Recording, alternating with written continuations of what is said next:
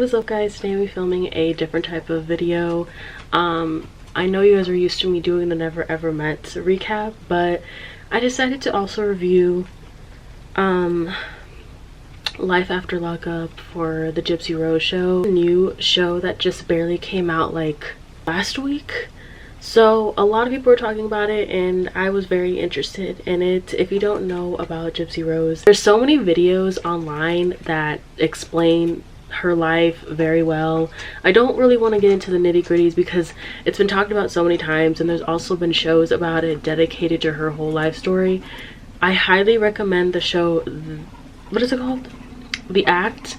The Act came out like a couple years ago, probably like 2019, and it is very accurately depicted, I feel, and the actresses in the show like were phenomenal in that show. So if you want to get to know her backstory, follow that story, watch the show. It's like I think it's like a 4 or 5 part docu-series. Let me do my intro really quick before I forget, because once I get into the show I'm gonna forget.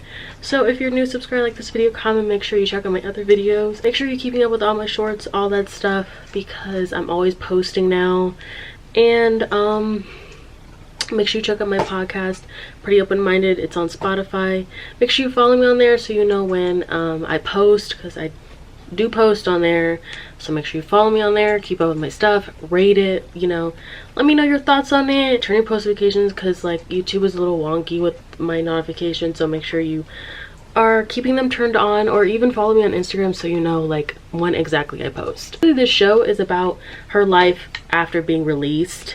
It's just going to be showing like her new normal life, I guess, and it's going to be showing her struggles, all that stuff. I'm really excited to see her journey, because I think this is what we all been waiting for, because she was basically deprived of pretty much everything, education, everything, like every basic necessity, every basic need you need to have as a human being to function, to learn how to be more independent.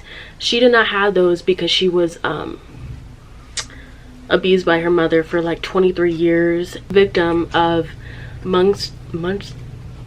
Munchausen by proxy. I always have a hard time saying that. You get to see little clips of how she's going to be navigating through life, and I can see like how overwhelming it could be, because she doesn't really know a lot of things, and she was basically like emotionally stunted as well, because her mom made her stay a child even though when she was an adult and her body was changing, her mom was like, no, you're gonna still be a child so we can still get all these benefits and get all these people's money. And yeah, it was a lot. It's a very sad story. Like, it's not something that, it's really hard to sit through, I'm not gonna lie, because it's not something that you really hear about a lot. But since it was going on for so long and so many people failed her, like, I feel generally bad, you know. But a lot of people have a lot to say about the show, because they're like, why are you giving a murderer a TV show? I'm gonna say this, I don't feel like she's a murderer. She's an accomplice to a murder. She did not stab her, she didn't do anything to her mom, she made her boyfriend do all that stuff. So I don't believe that she's a murderer. She had no other choice. Like, it was either she was gonna kill her or her mom was gonna kill her. So I feel like she was just like, I don't know what else to do, like, this is the only way out, this is the only way I'll be free. And she even said in prison that she felt free in prison. It's where she gets to find herself. You get to see her in relationships, and it looks like her ex Ken is also going to be in the show too. It says that online that they're already like back together. I'm gonna be getting into Ryan because he has a lot of haters, and I'm one of them too. It's not because of how he looks and how he looks like Peter Griffin, it's because of how he acts, okay? Upon picking her up to get released, Ryan decides to pick her up, and she was released at like 3 in the morning. And Gypsy tells her man that like she wants to get new shoes, because the boots that were given to her, I don't know if he gave it to her before she got to prison, but the shoes that she had did not fit her. After they drive to the hotel, like Ryan kept like touching her like obsessively, and I get that. Like, at first I was like, okay, like this is fine, like I get it. They haven't been able to really formally touch each other since, I mean, at all in 3 years. and it was like their first time really getting to be in each other's presence and get to really embrace each other. But it was kind of getting excessive the rest of the episode. Like the second she was in his presence and there wasn't anyone like hogging on them and like supervising them and telling them don't touch her there, don't touch her there, no touching, because I can only imagine how those visits were like. But he was just very excessive, and it was starting to get a little bit weird over time, but I'll get into that later. He says during the drive that he got her a ring, and she actually looked really excited about it. It was like a cute little ring. I don't know if it was a wedding ring, a wedding band or whatever, but they got married in prison. Ryan says that he decided to call like her stepmom at like 3 in the morning to what is it called, say hi and stuff like that. And as she was like kind of like talk, because it was really early in the morning and the mom sounded like very tired. Oh, like I feel surreal, and that's all she really got to say to her mom without like Ryan cutting her off. I don't know what the obsession is with him cutting her off all the time when she's on the phone, but I've noticed this pattern throughout the whole episode. Like immediately butts in after she was trying to like talk to her mom, and he was like, yeah, we're heading over to the place, we're heading over to the hotel. And I don't know why he felt the need to like you called her mom so she can talk to her, have a little time before they get to actually see each other, and he just kept butting in and butting in and butting in pretty much the whole phone call, because she didn't really get to say anything. I mean, she was excited because she was out, but she didn't get to say much, and that was kind of pissing me off, I'm not gonna lie, because I'm just like, okay, like let her talk to her family. Like you hogging over the phone, taking over the phone call is giving very much like control, and I feel like it's just gonna be making her feel like small again and feeling like she's back with her mom, Dee Dee Blanchard. I kept cutting her off, taking over the phone. It was just very much like weird. I didn't understand why they kept calling his phone to reach her, even though she had her phone. I don't know if she had a phone number yet, but it was very much annoying because he just kept snatching it from her and taking over the phone call, and it was just very annoying. To the hotel, you can tell how like petrified Gypsy was, because she was probably like the realness was setting in, like damn, I'm gonna have to really sleep with this guy. Awkward. This part was very awkward. It was kind of hard to like watch. It was definitely a hard watch because Gypsy looked very like notably uncomfortable when he was starting to touch her more, and he was just like, oh my god, I get to touch you and I'm so excited to touch you, and he kept rubbing on her arm, like really weird. Like I've never seen anyone like rub someone's arm like this, being all over her, and it was just like kind of like becoming a lot. I could tell that she was getting overwhelmed, like she probably was getting triggered. It was kind of like being nice about it, but she was just like, you know, I just want my space, like I want my space. Like she was saying it like so nicely, but he kept still like not understanding, and he kept being like kissing on her every 2 seconds and touching on her every 2 seconds, even though she kept being like, okay, like yeah, like it's cool and all you're kissing on me, but I need to process that I'm out now. And I was getting very uncomfortable. I just felt really bad for her in that moment, because and it was just not like it wasn't an enjoyable watch. It wasn't like seeing two couples madly in love with each other. It was more like a prey hunting its victim. Like, I wanted to mention, like when they were sharing fries, like I thought the fries were to her, like because she was like super excited to try fries, because she's never really eaten fries. So when she was in prison, the 8.5 years she was in, never served her like anyone fries, so it was like her first time for her, and I thought it was gonna be hers. But then his Oompa Loompa ass is like, I'm just gonna get some too. Actually, I should do it in his voice because I think that'd be funny.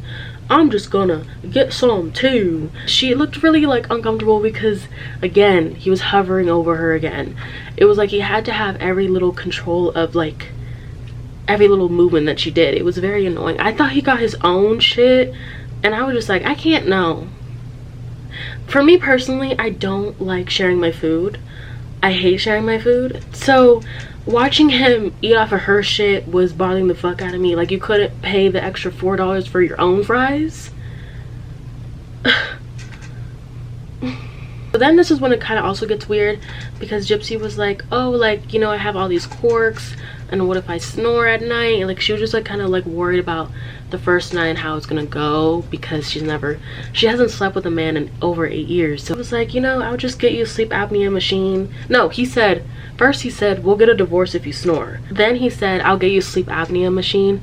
And then she's like, no, I'm not gonna be getting a sleep apnea machine. And he's like, yeah, you're right, I'm not your mom. It's giving tone deaf, but okay. She like notices that he vapes, and then she's like, oh, like, I want to try it. It was like this flavored vape. Then she gets a hit of it, and he's like, oh, like, don't hit it too hard, you know. And then she does, and then she starts choking on it, and then she's like, yeah, this is a little harsh. But it's kind of weird that she said that, because she smokes cigarettes. So 7 hours after her release, she gets a new phone, and then she's like super excited because it was her first phone. And then she shows everyone her first selfie, which we've all seen. Everyone reposted it on TikTok. Everyone made edits of her around this time. It was very much like annoying. They also posted in the episode like TikTokers' reaction to her leaving, being released, and it was kind of annoying because I'm noticing a lot of like documentaries. Am I saying that right? Documentaries. I noticed that they're putting a lot of TikToks in their documentaries. I feel like I'm saying it wrong, but I know I'm not. And it's annoying because like I'd rather hear like real commentary, but they add also TikTokers' opinions on it that I'm just like, okay, this is kind of like defeating the purpose. I don't get it. But it's kind of like I don't know if they're trying to be like more in touch with how fast the media is or what, but like she was getting a lot of messages, so she was like not sure on how to text back people.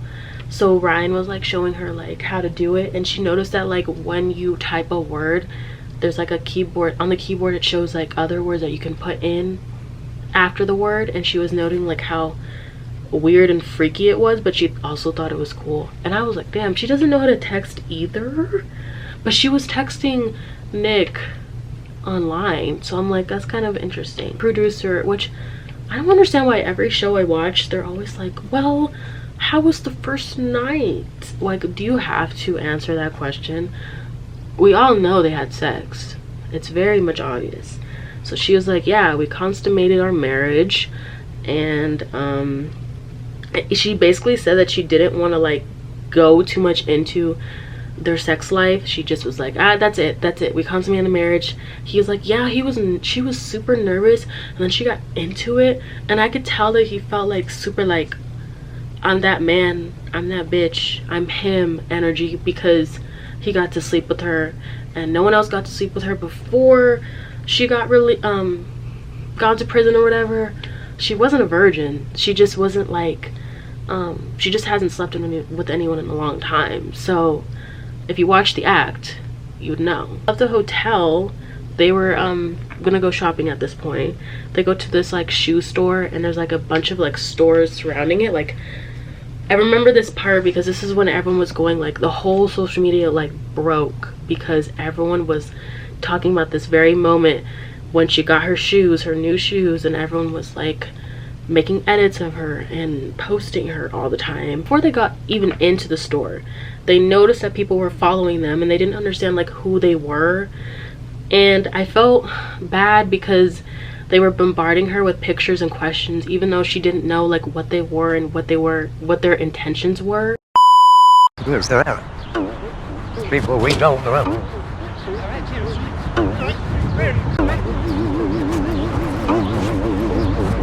I was like feeling bad because she didn't probably grasp how popular she was going to get. Because I don't know anyone that doesn't know about the Gypsy Rose case, so she's pretty like high profile, so I don't think she understood and grasped how like big this was going to be with her release. I could tell that she was getting like very uncomfortable and scared in this moment, which is understandable because again, she was sheltered and shit, so she didn't understand like any of this, like any of what was happening. And I thought at least Ryan would be like comforting, be like, yeah, that's paparazzi and that's just how they are, like this is just how it's gonna be since you're freshly out of the like prison walls, and he was just like, who are they?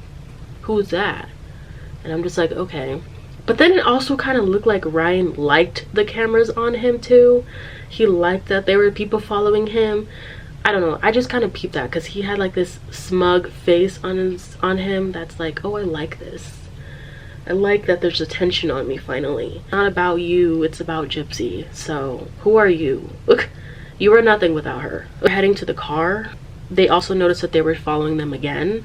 Like the paparazzi was continuing to follow them, and so like she was getting like more panicked, you could tell. Gypsy decides to call her dad to let her know that the paparazzis were following her.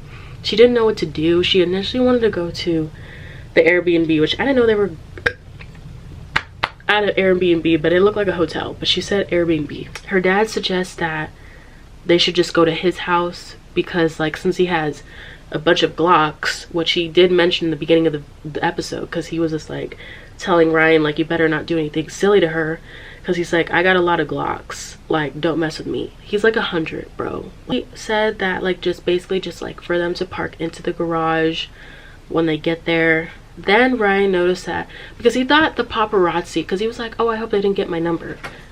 And then he's like, I hope the paparazzi didn't get my number. And then he looks at his phone, which I don't know why he decided to flip at his phone while he was driving, but he was just like, I got a voicemail. They basically realized that it was Gypsy's PO, and then they left a voicemail saying that they need to call her back immediately. So basically Gypsy is under the supervision of 2 different parole officers. One's in Missouri and one's in Louisiana. If I were to say my opinion on it, I personally like the Louisiana one more because it's more, he is more understanding to her situation. He's more chill, laid back, all that stuff. But the Missouri one is a lot more hostile and aggressive and is just like wanting her to be traveling back to Louisiana like immediately all the time. And that's basically, it was like a back and forth thing about the PO thing. That's basically like the rest of the episode, because there was a lot of miscommunication with it. So the PO asked, where were you heading to? Because they heard that she was gonna go to a Chiefs game.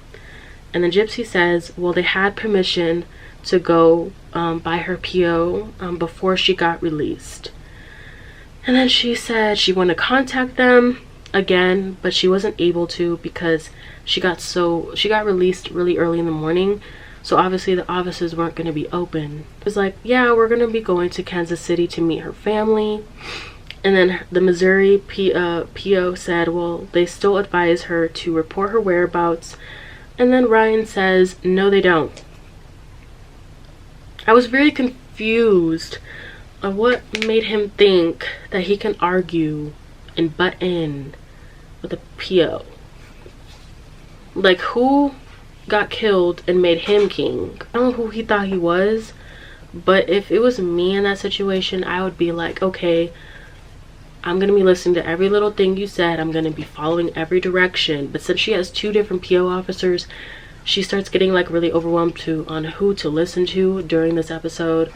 So the first one, they start off with the Missouri one, and basically he just kept saying, you need to report back, you need to travel, you need to report back. Like, that's basically all he said. Like, he sounded like a broken record the whole episode. So then she said they had plans to stay a few days in Kansas City, the PO, and then Ryan kept butting in the conversation, which basically could have gotten her in trouble if he were to hear what he was saying, or he were to respond to what he was saying, because he would have gotten her in so much trouble because he just kept butting into the conversation when it had nothing to do with him. So whenever she would be asked a question, he would be like, yes, no. And then I'm just like, this has nothing, it's not our parole officer, it's my parole officer. Like, I don't understand why he feels the need like that. It's just a group effort thing, it's her thing, it's her responsibility to report to them. You did not serve your time, she did. So now she has to face the consequences of being in parole and have to report to these people. And I don't know, it's weird. Okay, so the PO was like, does your other PO know that you're going to be stopping in Kansas City? and asked when she'll be leaving Kansas, and then she said New Year's Day, and then it ends up being resolved this first time. This is like the first time he calls. A rumor of her going to the Chiefs game to meet Taylor Swift, Rod was concerned. Rod, who's her biological dad. When she was a lot younger, she used to get all these like free perks because since she was sick, she got to meet all these like celebrities, like a lot of famous people. Like she met pretty much everyone, like damn near. Oh my god, you could see him. He was worried about it happening again because of that very reason. And let me tell you about Rod. My opinions on Rod, okay? Although it's great that he's there, but he was never present in her life. Like there was a little to no coverage on him when you learn about the dad. He basically was just like, yep, she's sick, I'm just gonna leave it to Dee, and didn't intervene. But he said in the show that he knew something was off, but he still left her in Dee's care. And I feel like that is not a good dad. I feel like she's still being failed. Like, yeah, it looks cool and bubblegum because he's there, and that is her last surviving biological parent. But at the end of the day, I still feel like he's a shitty parent because he did not save her whatsoever. If she were to be saved in that situation, we would not be where we are now. Had stepped up as a man, this wouldn't be happening, you know? I just find it really crazy that he decides to be a parent now when he had so much time to, you know, be in her life. They could have had a little custody thing. It's failed with him too. And I don't feel like a lot of people talk about that. I feel like people kind of just focus a lot on the mom, and I get why, because she is the main cause of her trauma. But he also is to blame too, because he did not save her, he did not protect her. I don't know, I look at him sideways. I feel like he paid more attention to his other daughter versus her, and she seems like kind of normal. In my opinion, I'm not a fan of him. I hope that like as the show progresses, he steps up a little, even though it's a little too late because she's a grown woman now. He's not the father of the year for just letting her be there. Attorney, he was at the house with the family waiting for, I was about to say Dee, Gypsy to come home. So he was saying that even though she's out, released, she's basically not free because she's under the care of the Department of Corrections. So even though she's out, she's still not free. She still has to report to people, which kind of was eerie to hear, I'm not gonna lie. They arrive to the dad's house. Gypsy gets yet another call from the same PO, says that he's spoken to the officers in Missouri and they said that she is no longer able to go to the Chiefs game. And then obviously Gypsy was upset because that was gonna be like her first real like trip to since being released. So I know that she was like really excited to see it. And then Gypsy states like the institution wanted her to go directly to Louisiana, and she was stating that she was going to call her other PO to see if it was okay. I was kind of confused on that part because I thought she already gave the okay, but then she was like, I don't know who she was referring to at this point.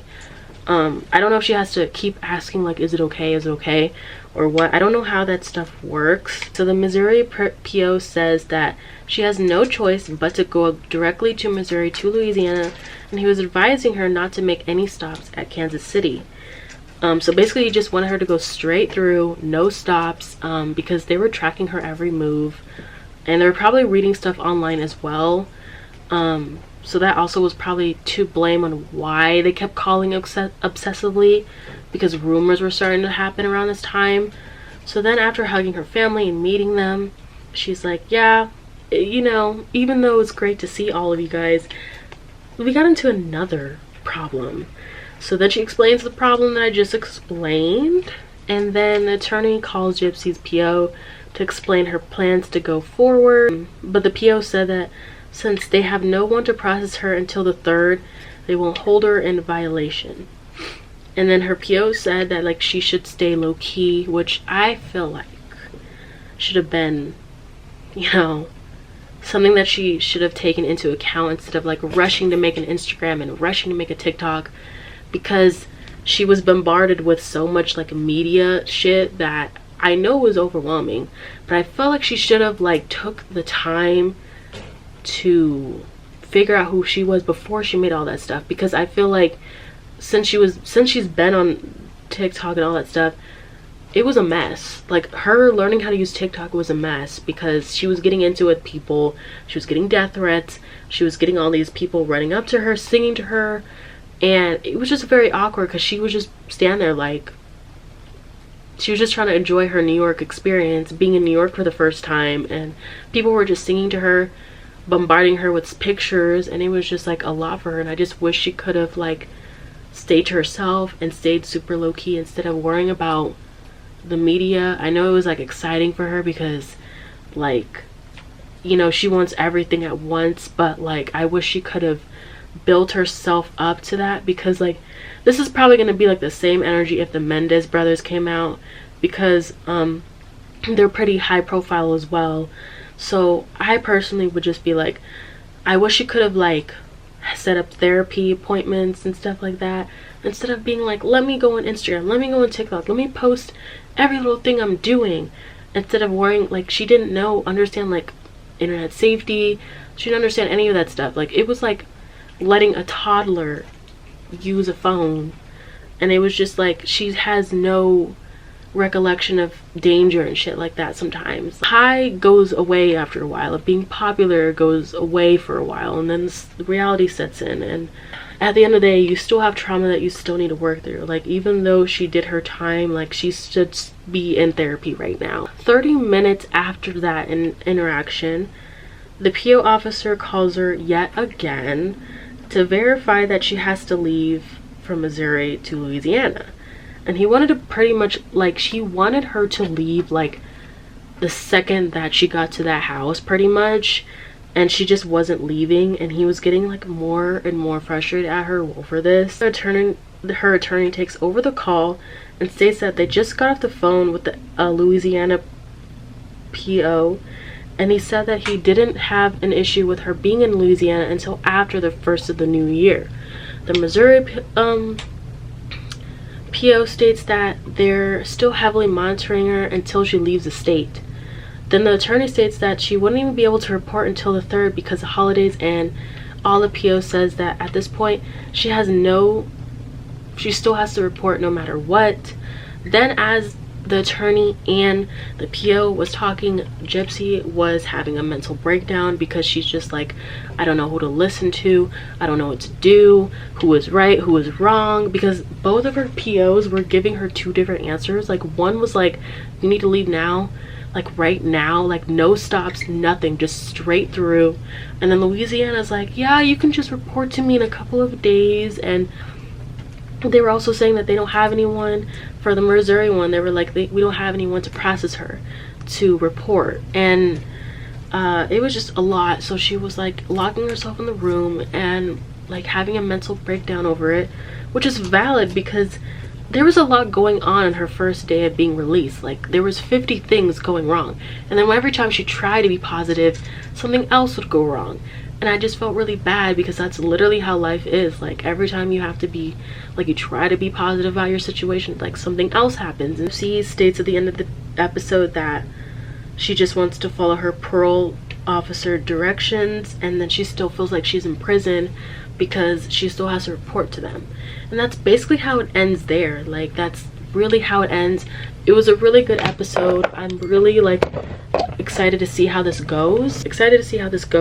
And also they're showing her how to cook, and there's also like episodes that's going to be showing where she's going to be learning how to ride a bike. Like, she is like 31 or 32, and she doesn't know how to do a lot of things, which is really depressing to know. So you basically have to start at ground zero with her, because she doesn't know a lot of basic things that my mom brought up. That was a really good thing to navigate, but her dad actually mentioned it. But she was saying that she was like worried about her emotional maturity, because even though she's in her early 30s, we don't know how she is mentally, like how emotionally stunted she is, because the way that she acts, it's still very much like childlike, and you could tell that like she's still like not fully an adult yet, which I understand because she was deprived of a lot of basic things. And her dad was saying in the clip from the upcoming episodes that basically like she was doing a lot of impulsive decisions, like she's a 17-year-old, which indicates to me that she has the maturity of a 17-year-old, maybe even like younger than that, because they show her getting a tattoo, they show her getting a nose job, they show her, I forgot what else it was, but there was a lot of things that she was doing that they're going to be showing in the upcoming episodes. But I don't know how this is going to go. I'm very glad that she broke it off with Ryan, because there were so many red flags in that episode with him just being around her the first few minutes. Like there was already 50 things to name that was wrong, that should have been corrected, but he just felt like he needed to be over her. What's crazy is that they've been teasing the show for so long, and I was like, when are they gonna show this shit, because I want to see it like so freaking bad.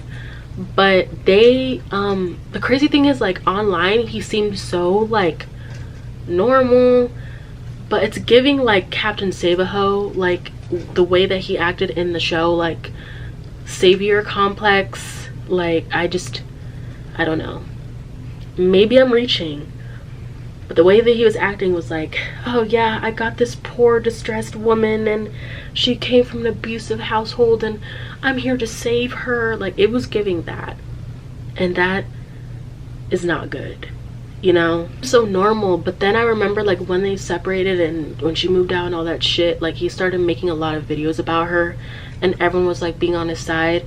And I hope that they watch the show and be like, yeah, now, like I'm hoping the reason why she left was because of how he acted, versus like, well, I want to do like a bunch of things, I want to try dating. All I have for this video. I hope you guys enjoyed. Make sure you guys like and comment on this video, let me know your thoughts, and I will see you in my next video. Bye guys.